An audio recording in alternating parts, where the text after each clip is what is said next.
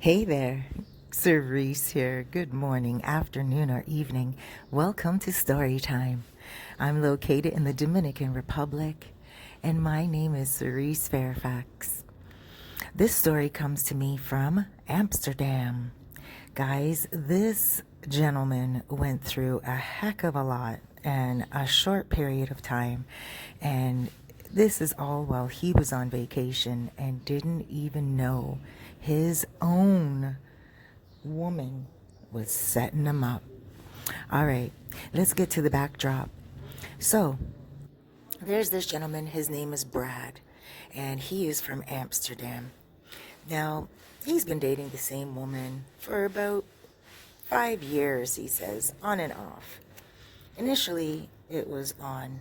He said he really loved being with her. He loved the way she made him feel. There were times where the two of them were just in love, in awe. He said they used to talk on WhatsApp when they were in the same apartment. She would be cooking in the kitchen and he would video call her just to say hi. You know, that oozy type of loving. Yeah, that's what they had. And she never indicated to him how off she could be. Well, let's get to the backdrop. So here they are dating on and off for a while because she was the one who was married when they first met. He didn't realize that at first. And so he had to deal with the fact that she was going to go leave her husband and they were going to have to go through a divorce, and it was going to take some time for them to be together. But he waited because he knew that this was a woman that was worth waiting for. That's what he told me. He felt that even though she was being deceitful to her own husband and cheating initially, and then divorcing her husband for Brad still didn't have it click in his head that maybe this woman should not be dealt with on a serious level. I'm not saying that when women leave their husbands, they're deceitful and unworthy. Not at all, because some of y'all need to leave your husbands and move on. But what I'm saying is the way she did it gave him red flags from the beginning. All right, so let's move fast forward from there. Let's move on. So here they are. They're chilling out, and finally she it took about a year and a half for her to leave her husband and also get the divorce. So now she is staying, living with Brad. Brad loved having her there. A year and a half of being on and off, on and off. He couldn't take it any longer. He just wanted her close to him and stick close to him and him only. So one day, he got invited to a conference here in the Dominican Republic. And he didn't invite her. It was a males conference. So he always comes to the Dominican Republic, and he's always been coming to Sosua. Sosua is nothing new to him, but Sosua is new to her, was new to her. So when he told her he was coming to Sosua, she said, "Where's Sosua?" And he said, "In the Dominican Republic." She said, "Oh, I've never heard of it." And he's like, "Yeah, maybe one day we can go, but this is primarily a guy's trip." And she said, "Oh, only guys are going on this trip?" He said, "Yeah, babe, just guys. Some of the guys are going for the women, but you know me, I'm just going to go for the beach and for the sports and to hang out with the dudes." And she's like, "Women? What do you mean they're going for the women? Is it like an extra special area for women?" And Brad told me at first he laughed at her, and he's like, "Yeah." He's like, "It's a town where working girls are everywhere." And he didn't think that by telling her this, it would cause so much problems. It caused many problems. All right, well, let's get to the meat of the matter. So the day he was leaving for the airport, she drove him to the airport. She dropped him off, and she was texting him like crazy as he was waiting in line to check in his bags. She said, "Please reconsider. Don't go to this place. I've been researching it." You guys are going to hear a little noise in the background. It's the cleaners below cleaning up the villa area. So she said, "Please reconsider. I've been doing a little research and I just don't feel comfortable with you going there." He's like, "You got to trust me. Please. She said, no, I feel really uncomfortable. I'm afraid that you're going to try to get me back for the time that you had to wait for me. He said, no, no, no, don't worry about it. Don't worry about it. We're good. So he came to Sosua, and it was great. That was it. Fast forward over a year, and he decides he's going to bring her here to Sosua. He wanted to go on a trip to the Dominican Republic, but he thought, why not come to Sosua and bring his girlfriend with him? Then that way, when he does come back again with the guys, she'll be able to see that it's quite innocent and it's not what she thinks it is. So he brought her to Sosua, and she had the time of her life. He said to me, Cerise, he never seen her dance before. He never even seen her get down and boogie or groove like she did on the beach, like she did everywhere. He said she was walking down the street dancing most nights. She was enjoying herself so much. Not only in Sosua, but Santo Domingo, Santiago, Sabaneta, Samana, all the S's you can think of. She enjoyed herself thoroughly. So he thought, wow, this is going to be good because, she loves where he loves to vacation and play. Now she's going to trust him from now on.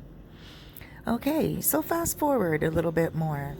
He's coming on his trip again with his guy friends. Now this is where it starts to get really shady. Yes. Oh my gosh, where do I start? So he arrives. He gets here, and it's also the conference again. The guy's conference. So he gets here, and he arrives the first night. He promised her he was going to message her, but his cell phone wasn't working properly. There was something up with his chip. So he said, he was just going to take a shower from the hotel room and get ready and go out with his buddies. And he would call her, from one of his buddies' cell phones when he's out and about. He said it was way too expensive to call from the hotel room. He didn't want to incur that cost. So he thought he could just WhatsApp her from his buddy's phone. Simple, right? Not really. Well, one of his buddies had a cell phone, but he couldn't go on WhatsApp, because if he went on WhatsApp, then it will show when the last time he was online, and he did not want his girlfriend flipping out on him, seeing that he was online without WhatsApping her. Okay, so the other guy had a cell phone, but he didn't have enough battery to even turn the cell phone on. So now the other guy had a cell phone, but he didn't have the internet. So Brad said to me, Cerise, it was just the luck of the draw. There was no way a cell phone was going to be, materializing. He said, so all he did was he went home, like after they went out and everything, he went back to the hotel room and he fell asleep for the night. He watched some sports on TV and he fell asleep for the night. He said in the morning he got showered, and now everybody knows that Altice and Claro doesn't open until 9 o'clock in the morning. So he got up early in the morning, he took a shower. He didn't think for the life of him that there would be a holiday. So when he got out and he got to Altice, it was closed, and he found out it was a holiday. So then fast forward to the next day. Now he's now in town for 2 days. It's only a 5-day trip. He's thinking to himself at this point, he's going to have to incur the cost of the hotel. So that's what, if he doesn't get a friend that he can call. So he's out that day, and none of the friends are giving him their phones. One guy, the phone got wet in the water. The other guy, he didn't bring his cell phone. The other guy, again, didn't want to turn his cell phone on because he didn't want his girlfriend to see if he was online or not. So, another day, no contact with his girlfriend. That night, he went to bed thinking to himself that again, he'll just call her from the hotel. So, that's what he tried to do. He picked up the phone. He tried to call through. The woman downstairs that could put the call through wasn't putting it through for him. And he just didn't want to go down to the lobby and make the call himself. So he said, you know what? Just time to relax, chill out in the hotel room, go to sleep. Well, that night, he woke up to a bang on his door. A huge bang on his door, and he couldn't figure out what it was. And so he opened the door. He woke up out of his sleep, opened the door, and there was a security guard. And the security guard said, "Sir, are you choking?" And he said, "Choking or joking?" The guy said, "Choking, choking, are you choking?" And he said, "No, I'm here alone. You can see I'm not choking." And he's like, "Oh, okay, somebody called the lobby, the front desk, and said that you were choking." And he's like, "No, not choking, not at all."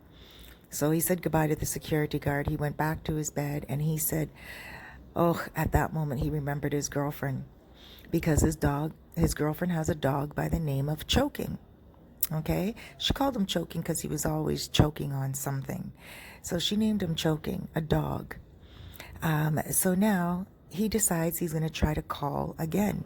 He calls the front lobby and calls the desk and over, and there's no answer. So he goes back to sleep. The next morning he gets up and he goes to Altice and he goes to get his chip put in his cell phone. But when he went to get the chip put in his cell phone, for some reason it wasn't working. He realized at that point that it wasn't the chip, it was his cell phone. So he took it to a different area to go get it fixed in a cellular phone shop. So he left it there for the day. They didn't fix it, so he had to leave it there overnight. The next night, when he was asleep, now he hasn't spoken to his girlfriend all this time. The next night he goes to sleep and he's dreaming. And in his dream, his girlfriend is calling him Choking. And she's like, "Choking, choking." And he's like, in his sleep, he said in his dream, he's telling her, "I'm not choking. I'm not choking." Looking back on it now, he understands what that dream was. And we'll get to that near the end. So that night, he's awoken out of his dream again. Big time. He said it was such a loud bang. But at this point, he said he was pretty much half naked in his bed, because that night, all he did was order some. He was tired of drinking and hanging out with the guys and everything like that. He said he really just wanted to be in the hotel room and relax by the pool with a couple of drinks and a cigar and go to bed early. And so that's what he was doing. Now, he said that he doesn't know why he didn't think about calling his girlfriend that night from the lobby, since he was down by the pool. He said he was just really focused on having a tranquil moment, and he didn't think it would really be that much of a problem. Now, come on, we all know a few days pass and our loved one doesn't contact us. Yeah, it's going to be a problem, but it shouldn't have been this much of a problem. Okay, so he's upstairs now. He said he took a shower after the pool, ordered some food, ate some food, and he still had his towel around his waist, ended up watching some news and fell asleep. And that's when he had the dream about choking. Now, about the dog. Now, he was woken up out of his sleep, and he said he ran to the door, because this was an even louder knock than when the security guard was there. So he ran to the door, he looked through the peephole, and he saw the police. So he said he opened up the door immediately. He still had the towel wrapped around him, and it was falling down by the time he got to the door, the towel was falling down. But he said he just kind of grasped it behind his back, by his lower back. And he said that, he just looked at them. He opened the door and they said, "Where is the woman?" And he said, I don't understand. And he said they were saying it in Spanish. And he understood, mujer. And then they said, "Where's the woman? Where's the woman?" He said, "I don't know." And they grabbed him. They said, "What is in your hand?" And he's like, Nothing. It's my hand holding up my towel." And they pulled him out into the hallway. And they went into the room and they looked around and there was no woman. And they apologized to him, and they said somebody called the front desk and said there was a woman being taken advantage of in that hotel room. And he said, no, I haven't even had any working girls here. I'm pretty much almost a married man. I'm not interested in any of these ladies. I don't know who would report that. Maybe it's someone else in one of the other rooms. And the police said, no, no, no. We made sure of the name and double checked the number and everything. And he was like, no, it's not here, as you can see. And the police apologized and they let him be. And they left. Well, he contacted his girlfriend at that moment and he said, baby, through the hotel lobby number. And he said, baby, as soon as she answered the phone. And she was like, what? And he said, oh my gosh, I have something to tell you.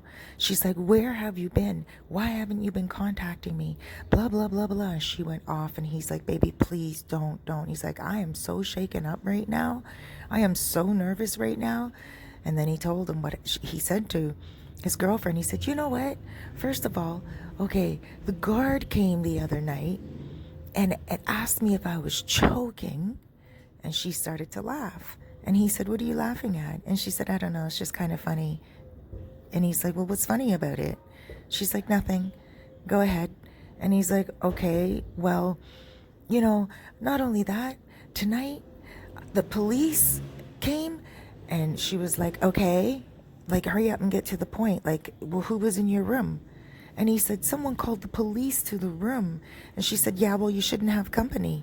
Why are you getting all crazy there? You already know how Susua is. You can't get crazy like that. And he said, baby, I wasn't getting crazy. I didn't even have company. I'm telling you, no one was even here. She said, well, I don't know how much I can believe that. You have been very sketchy the last few days. Your cell phone's not turned on. I've been trying to get a hold of you. Your cell phone is off. I don't even know what to say. Of course, women are going to be calling the police and accusing you of rape and saying that you're doing funny things to them. You know they all want money. And he said, what? What are you talking about? Who's even talking? And then he realized, wait a minute, he didn't tell her about the rape. Oh, the phone call. And then he also realized at that point, because she called her dog and she said, choking, stop it, choking.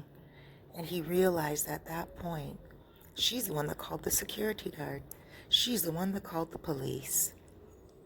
That's why when the security guard showed up, they said, are you choking? That was her way of saying to him, you are a dog. She thought he was cheating.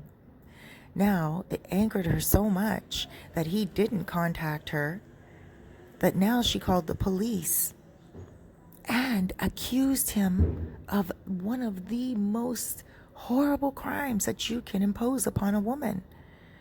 And the police showed up. It could have turned out very horrible for him.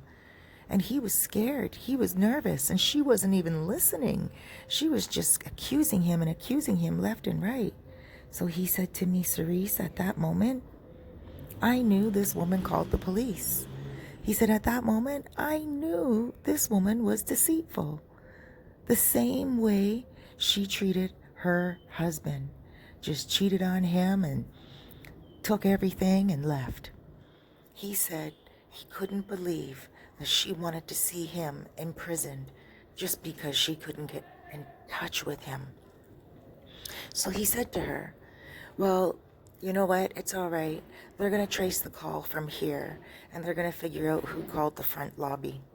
So obviously that person's going to get in trouble because they should not have been making false accusations. And she was like, well, good luck finding them.